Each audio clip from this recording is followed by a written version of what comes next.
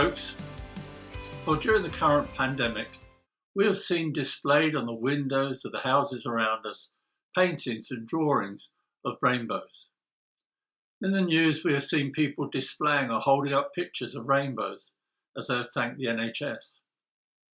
The rainbow has become a sign of hope for the world. In these challenging times when people are either fearful of sickness or loss of their livelihoods, they have turned without necessarily realizing it to a sign of God's covenant. The rainbow is the sign of God's covenant that he declared to Noah after the flood and to all his creation for all time, that he would never again flood the earth and destroy it. In Genesis 9 verse 13, God says, "I have set my bow in the clouds, and it shall be a sign of the covenant between me and the earth." In keeping this covenant, this promise, a promise that is grounded in committed, faithful love, God said, "I'm going to give you a sign," and that sign is going to be a rainbow. And in Genesis chapter 9 verse 15, he says, "I will remember my covenant." This is a covenant God makes with us, and he says, "I will be the one who will remember it." He doesn't leave it down to us to remember, but he takes the responsibility to remember. And he says in verse 16 that when I see the rainbow, I will remember. We might have thought that God will put the rainbow in the sky to remind us of his covenant. But he says, when I see it, I will remember.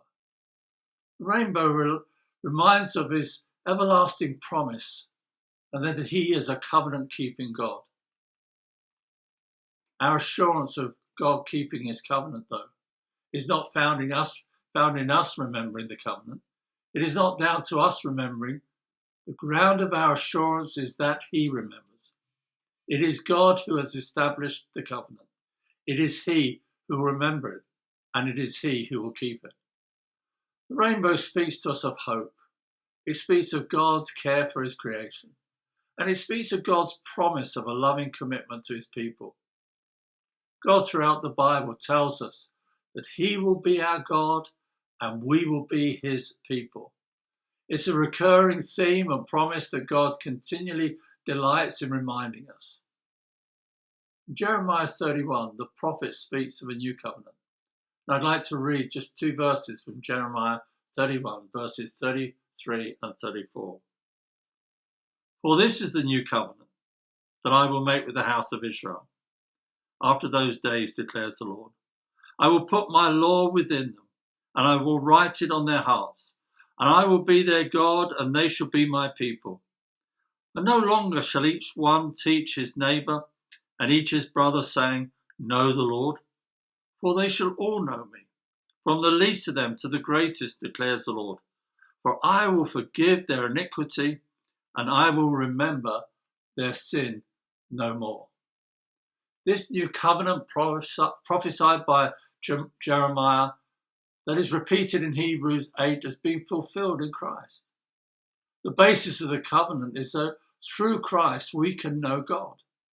We don't have to go through a priest anymore. We've now been reconciled to God. The sins that barred our fellowship with God has been paid for. For God declares that our iniquities in this new covenant are forgiven, and that he remembers our sins no more. It's a covenant that he makes. It's not something we make. It's a covenant that he remembers every time he looks at his son. And it's a covenant that he will keep for all eternity. Spurgeon says this, "Even the remembrance of the covenant is not left to our memories, for we might forget, but the Lord cannot forget the saints who he has graven on the palms of his hand." Ultimately, we are not saved by remembering the covenant, even though it is good that we do so. The basis of our security does not hang on our remembering. It is God remembering us, him remembering his covenant of grace that was established in Christ. That is the basis and the ground of our assurance. So when we walk through the streets and see the rainbows in the houses, let them be a reminder of the covenant-keeping promises of our God. who makes the promises. He remembers the promises and he keeps the promises.